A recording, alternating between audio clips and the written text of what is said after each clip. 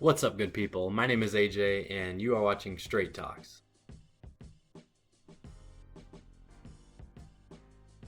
The topic of today's video came from a few people commenting the same thing in my other videos, so I really appreciate that. Go ahead and feel free to comment down in this video on any topics you'd like to see discussed in the future, and if you're enjoying any of this content, please like this video and also subscribe to the channel. It really helps me out. And so we're going to talk about the popular topic of a study strategy, especially for the CFA Level 1 exam. Two little introductory points here. Number one is that the months that I discuss here will just be based on the regular middle of June exam. So whatever schedule you're on, if you're taking an exam in December or if they're given during any other months in the future, just backdate it by, 6 months. The second introductory point is that this is what I did and this is what worked for me. And I think if you were able to stick to the schedule that I'm about to talk about, it'll definitely work for you too. But this schedule is a little bit above and beyond what I think the average passer probably does, certainly above and beyond what the average CFA Level 1 test taker does. And so, take it for what it's worth. If you want to use it, then more power to you. But if you want to decrease the total hours that I'm about to talk about, you can do that too if you think you can pass the exam with more of like the average 300 hours studying. Here is the schedule, and this part of the video is super simple. Start January 1st for a June 15th test, or maybe January 2nd, depending on what you did on New Year's Eve. And study 3 hours a day, every day. There's nothing else to it. There's nothing else I could tell you guys in terms of the broad schedule other than start 6.5 months before you have to sit for the exam. Study 3 hours a day, every day. Don't take any days off. The only exception is going to be in the final week. So in the final week, my best recommendation is to take a little bit of time off work if you can. So I think I would work Mondays and Tuesdays during the final weeks before the CFA exams. And then I would take Wednesday, Thursday, Friday off. Wednesday and Thursday to study a lot.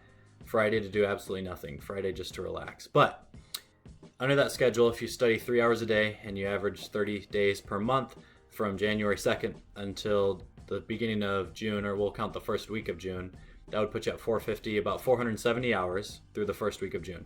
Second week of June, and I'm just kind of assuming the test would be in the middle of June, so on the Saturday after the first 2 weeks of June. Monday, Tuesday, when you're working like normal, you're going to study your regular 3 hours in the evening. And by the way, for me, that was 6:30 to 9:30 p.m. I also did 4 a.m. to 7 a.m. for a couple months for level 3, and I didn't like that as much. I don't think I retained the information as well. It really doesn't matter when you get into 3 hours, but if you want to follow this schedule that I would prescribe, just make sure you get in the 3 hours, and they have to be 3 good hours. I'll make a point about that. And then the Wednesday, Thursday, and Friday, I mentioned Friday takeoff. Wednesday and Thursday, I would study probably about 12 hours each of those days, maybe up to 15 hours each of those days, memorizing formulas mostly. But with that, you'd have the first 470 hours, and then, 3 on Monday, Tuesday, 6. And if you did 12, that's another 30. Yeah, right at 500 hours. So this is a 500-hour study plan. You are going to drastically increase your chances of passing the CFA Level 1, especially if you spend 500 hours studying and they're 500 good hours. That's a really important point, is that they're good hours actually spent studying. So I was always distracted by YouTube. I didn't do too much social media or other things like that. Whatever your vice is, you have to recognize it. And you got to be strict. So if I started at 6:30 and I studied for an hour till 7:30, but then I got up to grab some food and watched a half-hour YouTube video and didn't start again till 8:30, rather than my normal 6:30 to 9:30, I know that I spent an hour of that time not studying, so I'd tack on an extra hour and I'd have to go to 10:30 that night. So I never wanted to do that. I wanted to be done hopefully at least by 10 p.m. every night. And so I would just make sure that I was really strict on myself about those 3 hours that I had allocated towards studying, to make sure I wasn't, or at least getting distracted as little as possible during that period of time, just to be the most efficient. So you want to make sure you're getting 3 good hours. Again, if you only actually end up studying an hour and a half each day of these 3 hours you spend sitting at your desk, at the end of 6 months, instead of 500 hours studying, you're going to have 250, which is less than the average test taker, and you probably won't pass with that amount of time studied, or you might not. So make sure there are 500 good hours and follow that schedule I just mentioned. It is a completely simple schedule. Saturdays and Sundays, if you want to do it in the morning to get it out of the way, or if you want to do it in the evening. For me, it just depended on what I was doing that weekend. Just make sure you get it done. And then my best piece of advice for actually getting it done, and I've kind of talked about this in other videos, is just to treat it like a second job. And I relate it to your primary job, assuming you work a regular 50-hour work week or whatever it would be in whatever country you're working in. I work in finance, so I think most people taking the CFA exams probably work in finance. You don't wake up in the morning on Tuesday or Wednesday or Thursday, any day of the week, and go, I don't really feel like going into work today. I'm going to sit at home and watch Netflix, or I'm gonna, just walk to the park, or I'm gonna go to the beach or something. It's not even a consideration. The frame of mind that you need towards going into work every day, which is just that it has to happen, just like you're gonna breathe that day, you're gonna go to work. That's the same mindset that you're gonna use towards studying for this exam, and you just think of it as a second job, and it's not too tough to do. Honestly, there are a lot of people out there who have to work 2 jobs and probably come home from one and then they get ready to go to their other job. And if you want to be serious about passing the CFA exams, that's exactly what studying has to be for you. It is a second job that you don't get paid anything for now, to hopefully really increase your future career prospects later on. But if you go into it with the mentality that it is a second job, you have no option other than to do it. Especially like Saturday afternoon, hey, you want to come out to the football game? We got a free ticket. Oh, sorry, I have to work. I would literally use that terminology with people fairly often, and then they question me a little bit and figure out, do you have a job? And so, for me it was work. It's the only way around it, and I never skipped it. So I went 3 years studying for the exams. I started before January. I would start in November, just so I'm putting it out there, because I wanted to do more than this 500 hours. And I never missed a day. I studied 3 hours every day from November till the middle of June every year.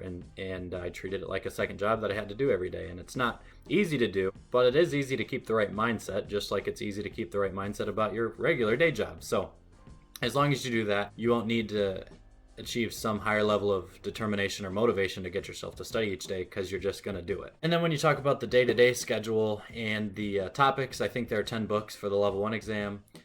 Especially people debate what order to go through the topics in.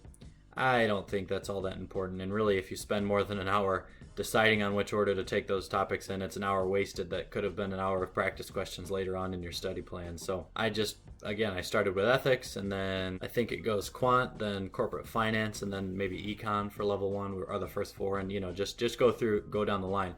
There may be some optimal mix of certain overlapping topics between corporate finance and equity, or derivatives or alternatives, or some other combination of books. But the reality is you're going to have to learn the material in studying, and then you're going to have to re-review all that material when you do your final review in the last month before the exam. So whichever order you learned the topics in, you're just going to have to know them later on. I don't think changing the order up is all that helpful. At least I didn't think it was for me. I really just enjoyed being able to check the boxes along the way. Okay, done with that book, and do it in the order that the CFA Institute presents it. And especially for the level 1 exam, you don't really know all that much of the contents of those topics amongst the different 10 books. So there's no way for you to know which ones are going to be better for your own brain to pick up on, or which ones you're going to be able to learn easier, or which ones are going to be more difficult for you to learn. And I don't know if you'd rather do those earlier on or later, but that would be up to you. So point is, maybe for level 2 or 3, once you know a little bit more about what the content might look like, you could structure your order of topics a little differently.